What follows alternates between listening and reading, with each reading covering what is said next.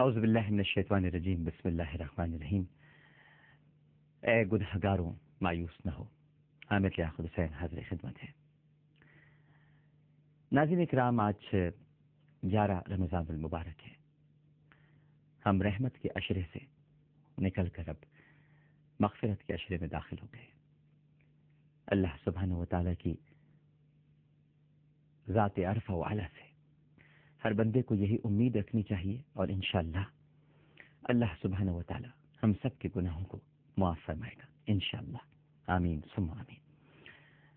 ایک سارنگی بجانے والے کے ساتھ اللہ کی رحمت کا کیا معاملہ ہوا، آج میں ایک ایسی حکایت آپ کو بتانا چاہتا ہوں، خاص طور پر ان کے لیے جو ذرا میوزک سے شغف رکھتے ہیں اور اس فیلڈ کو یا اس شعبے میں داخل ہونے کے بعد طرح طرح کے سوالات کے جم گھٹے میں الجھے رہتے ہیں۔ بڑا ہی دلچسپ واقعہ ہے ناظرین کرام۔ حضرت جلال الدین رومی مثنوی مولانا مانوی بہت بڑے بزرگ ہیں، انہوں نے اپنی مثنوی میں ایک چنگ یعنی سارنگی بجانے والے کا واقعہ لکھا ہے۔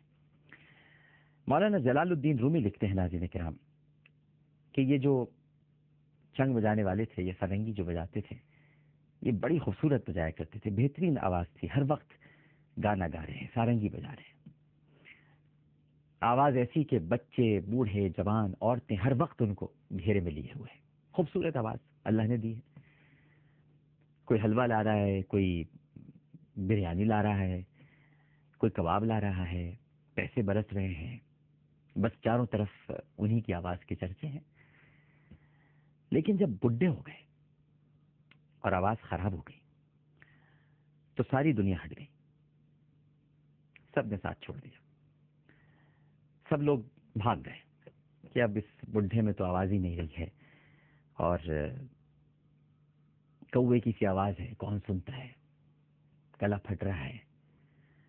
دنیا میں یہی ہوتا ہے ناظرین کرام، ایک وقت ہوتا ہے کہ سب آپ کے ارد گرد گھیرا لگا کے کھڑے رہتے ہیں، اور جب آپ کا اچھا وقت گزرتا ہے تو پھر وقت بتلاتا ہے اور پہچان ہوتی ہے۔ اچھے وقت کے گزرنے کے بعد اچھے لوگوں کی پہچان ہوتی ہے۔ اچھا وقت جب گزرتا ہے تو برے انسان چھٹ جاتے ہیں اور اچھے لوگ رہ جاتے ہیں۔ یہ کیسی عجیب سی بات ہے۔ حالانکہ اچھا وقت گزرا تو اچھے لوگ بھی چلے جانے چاہیے، لیکن اچھا وقت گزرتا ہے تو اچھے لوگ رہ جاتے ہیں اور برے لوگ گزر جاتے ہیں۔ تو ایسا ہی ہوتا ہے ناظرین دنیا میں۔ تو جب ان کی بھی آواز خراب ہو گئی اور لوگوں نے کہا کہ پھٹا باز ہے، کوے کی سی آواز ہے، لہذا کوئی پوچھتا بھی نہیں تھا۔ اب نہ کوئی بریانی لا رہا ہے، نہ کباب آ رہے ہیں، نہ کھانے پینے کی اشیاء ہیں، فاقوں کی نوبت آ گئی ہے، بھوکوں مرنے لگے۔ جب ایسی حالت ہو گئی تو مدینہ پاک کے ایک قبرستان میں جا کر ٹوٹی ہوئی قبر میں لیٹ گئے اور اللہ تعالیٰ کو اپنا بھجن سنانا شروع کیا۔ اب لوگ تو سن نہیں رہے، لوگوں نے تو کہہ دیا ہے کہ آپ کی تو آواز ہی اچھی نہیں ہے، اب کس کو سنائیں، کون سنے گا؟ لہذا ٹوٹی ہوئی قبر میں لیٹ گئے، مغلی قبر تھی، سارنگی لی اور اللہ سبحانہ و تعالیٰ کو اپنا بھجن سنانا شروع کر دیا۔ سارنگی بھی بج رہی ہے، بھجن بھی سنا رہے ہیں، اور دیکھیے کیا سنا رہے ہیں، سنا رہے ہیں بھجن بجاتے بجاتے، یعنی جو بھجن ہے، اے اللہ جب میری آواز اچھی تھی تو آپ کے بندے مجھے حلوہ دیتے تھے، مرد و زن، بوڑھے بچے سب مجھے گھیر لیا کرتے تھے میرے پروردگار۔ اب میری آواز خراب ہو گئی ہے تو آپ کی مخلوق نے مجھ سے بے وفائی کی، میں ساری دنیا سے مایوس ہو کر اب آپ کے دروازے پر آیا ہوں اور آپ کے دروازے پر آ پڑا ہوں۔ اس قبرستان میں بس میں اب اپنی آواز آپ ہی کو سناؤں گا۔ اگر بچے پر فالج گر جائے، لنگڑا، لولا اور اندھا ہو جائے تو ماں باپ اس کو رد نہیں کرتے۔ آپ نے مجھے پیدا کیا ہے، میری آواز کی خریدار بھی آپ ہی ہے، لہذا آپ ہی کو سناؤں گا۔ آپ میرے پالن ہار ہیں، آپ مجھے رد نہیں کر سکتے، آپ مجھے پیدا کرنے والے ہیں، آپ ہی نے مجھے تخلیق کیا ہے، آپ مجھے کیسے رسوا کر سکتے ہیں؟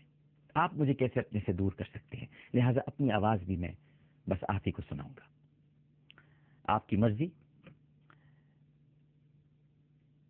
اگر آپ چاہیں تو جلا دیجئے اور چاہیں تو قبرستان میں سلا دیجئے، میں تو پہلے ہی لیٹا ہوا ہوں، اور اگر آپ چاہیں تو بھوک سے میری روح نکال لیں، میں تو قبرستان ہی میں ہوں، میرے لیے کسی کو قبر بنانے کی ضرورت نہیں ہے۔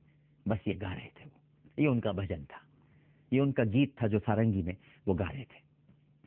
اب اس کے بعد کیا ہوا، یہ ہم ایک چھوٹے سے وقفے کے بعد آپ کو بتاتے ہیں۔